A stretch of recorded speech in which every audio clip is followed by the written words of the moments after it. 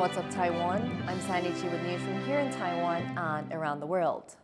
The economy minister is floating plans to build green energy plants overseas to provide Taiwan with more reliable power sources. But the idea is facing stiff criticism from policymakers. Reese is live with us in Taipei with more on the plans. Reese, what's the crux of these proposals? Well, Sandy, as you mentioned, it's the economy minister, J.W. Gov't, that's proposing that Taiwan actually looks to its neighbors as places to build these green energy plants. Now, the proposed plan is that the economy ministry, with help from the American Institute in Taiwan, would help private companies source sites in places like Japan or the Philippines to build these green energy plants and then transport that energy back to Taiwan using ships or undersea cable networks. Now, it's important to mention that none of that infrastructure yet exists. These are all just ideas or proposals. And Gov't wants these to be part of Taiwan's plan to reach 30% green energy by the year 2030, and also to help diversify Taiwan's energy supplies in the face of increasing threats from China. But there are a lot of questions over whether or not this plan is really the best way to go about it. Reese, this proposal has faced a lot of backlash, hasn't it? What issues do the opposition have with this plan? Yeah, many issues coming from the legislature this morning, Sandy. There was quite a heated discussion where Gov't was berated by other legislators for bringing basically a poorly thought out and badly budgeted plan to the table. The first main criticism is it's just too expensive, that these undersea cables alone would cost in excess of $3 billion US. The second major criticism, that it would be just too time consuming. Taiwan is connected to its own outlying islands of Penghu by undersea cables, and that project took 10 years, and that's just 1/6 of the distance of Taiwan to northern Philippines, where some of these proposed plants might be. Another criticism is that Taiwan already has some nuclear power plants that are going unused, and that they should be utilized before looking overseas for sources of green energy, and that really this plan will do nothing to help Taiwan towards its 2030 green energy goals. All of this leading Gov't to actually apologize in front of the legislature and saying that he'll go away for 6 months to rethink this plan and come back with a better, more fleshed out proposal, one with a better budget as well. And now Gov't will probably think again before coming to the legislature with such a bare bones plan.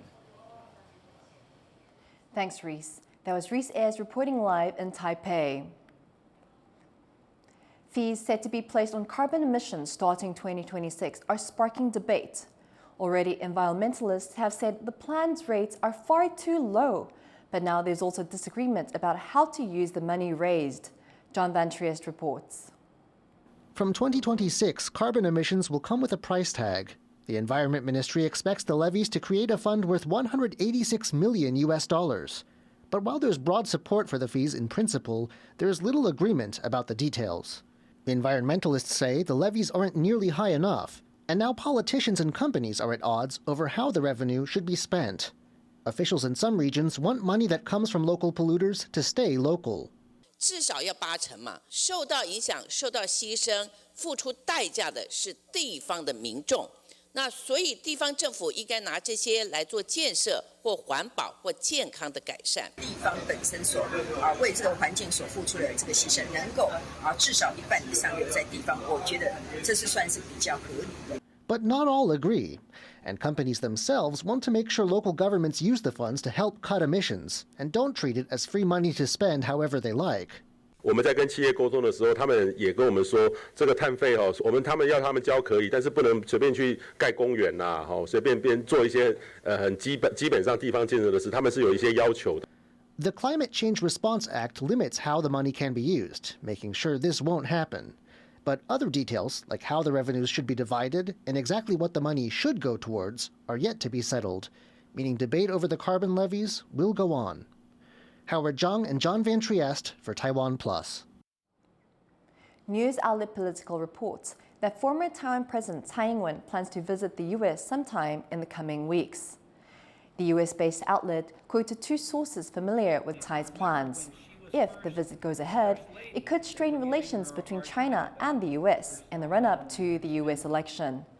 China claims Taiwan and Beijing objected to Tsai's pro-Taiwan sovereignty position during her time in office. Tsai transited through the U.S. multiple times as president, the last time in 2023. Taiwan's government has announced plans to procure over 1,000 attack drones from the U.S. by 2030. Jaime Ocon looks at how this purchase is part of the military's plan to focus on cost-effective weapons that pack a punch. Taiwan's military is spending big on what it thinks is the future of warfare: unmanned and portable systems like these suicide drones. Taiwan announced plans to spend more than $160 million on beefing up its drone fleet in June. On Tuesday, its government said that AIT, the U.S.'s de facto embassy in Taiwan, had agreed to fulfill an order of over 1,000 drones by 2030. While this weapons deal is not yet facing delays, many analysts in Taiwan say it's a possibility, with the U.S. defense industry facing high demand. 所以现在面对新的需求的时候 ，demand 还有 supply 这不能 meet， 所以就变成 delay 了。好，那在这种情况下，我想台湾也有所准备。第一个，维持自己的所谓的国防自主 ，domestic 跑大巡自己的生产能力非常重要。 This U.S. weapons deal includes two kinds of drones: the LTS-600MV, which is designed to destroy vehicles and scout ahead for enemy troops, and the anti-personnel Switchblade 300, a weapon small enough to fit in a backpack, yet still packs a punch. The U.S. sees these weapons as crucial to Taiwan's defense strategy against China, which threatens Taiwan with invasion to bring it under its control. Taiwan's military thanked the U.S. for agreeing to expedite the sale of these drones. 这一次已经大幅的缩短行政审查的时间。那么，国防部对于美方安和团队为了加速对台军售的各项努力，要特别表达感谢。 But procuring drones from the U.S. is only part of Taiwan's plans for deterrence. It also has accelerated domestic production of its own military drones. It's all part of the country's asymmetric defense strategy, focused on smaller, mobile, and more affordable weapons. Some U.S. military planners have even suggested turning the Taiwan Strait, which separates Taiwan and China, into a, quote, hellscape, deterring China from coming close to the country. This idea of essentially flooding the Taiwan Straits with all kinds of drones, not just aerial drones, but also uncrewed surface vessels, underwater drones, that having large numbers of those things is a way to really generate mass in a cheap way and create a lot of challenges for China. Taiwan is already on track to acquire more than 6,000 military drones by the end of 2024. And while it will have to wait until 2030 to bolster its arsenal with models from the U.S., its investment in its domestic capabilities means, if all goes to plan, it will eventually be able to provide entirely for itself. John Su and Jaime Ocon for TaiwanPlus. Taiwan's Justice Ministry says China employed cognitive warfare against Taiwan during its military drills earlier this week. The ministry said the drills were accompanied by online disinformation campaigns using hacked accounts aimed at weakening people's faith in Taiwan's military.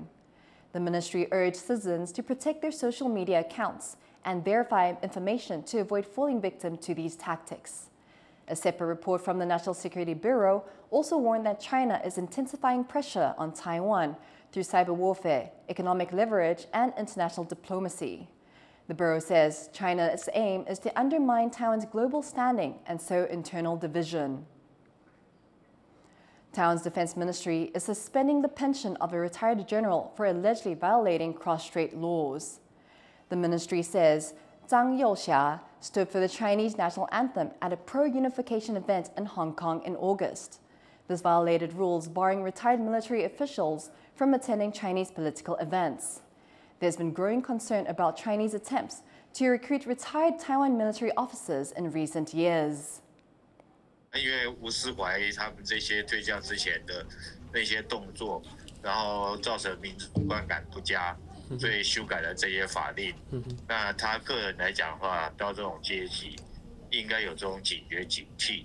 那现在还做这种行为来讲的话，确实是他自己要负起很大的责任。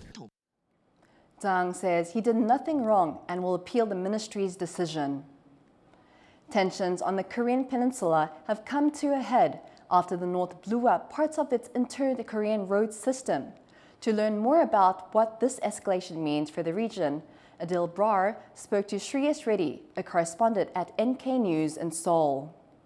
What's driving the tensions between North Korea and South Korea? So, to some extent, this year we've seen a definite escalation in terms of tensions between the two Koreas. But fundamentally, this has gone back. This dates back all the way to the Hanoi summit, and after when North Korea fundamentally tried to cut off diplomacy with South Korea and the U.S. And so we've seen in recent years, particularly since President Yoon Suk-yeol took charge in South Korea, both North and South Korea have not really seen eye to eye with each other. Engagement is still potentially on the table from Seoul's side, but not really in practical terms. In the recent days, North Korea has put its frontier forces on high alert while accusing South Korea of flying drones over Pyongyang. How is South Korea responding to these developments? South Korea certainly is also looking to prepare for such eventualities. It plans to restore more border guard posts, which fundamentally is more a symbolic thing than anything else, because modern technology can do surveillance just as easily without the guard posts. But it does say that neither side at this point is likely to take a step back. So we can possibly see more escalations between the two sides in terms of tensions. And in this case, North Korea has accused South Korea's military of being behind the drones, which were distributing propaganda leaflets, according to Pyongyang. Now, this has not been proven yet, but it's certainly a possibility. And if it is, it will also represent a violation of the armistice between the two Koreas, which could lead to further military tensions. To what extent does North Korea's nuclear weapons program contribute to the tensions? Oh, it's always been perhaps in one of the fundamental foundations of these tensions. Certainly, North Korea's nuclear program, it has caused a lot of tensions, not just with South Korea, but also with the US, Japan, a lot of other countries. It has been heavily sanctioned by the United Nations Security Council, but this hasn't really stopped it from continuing with its nuclear development.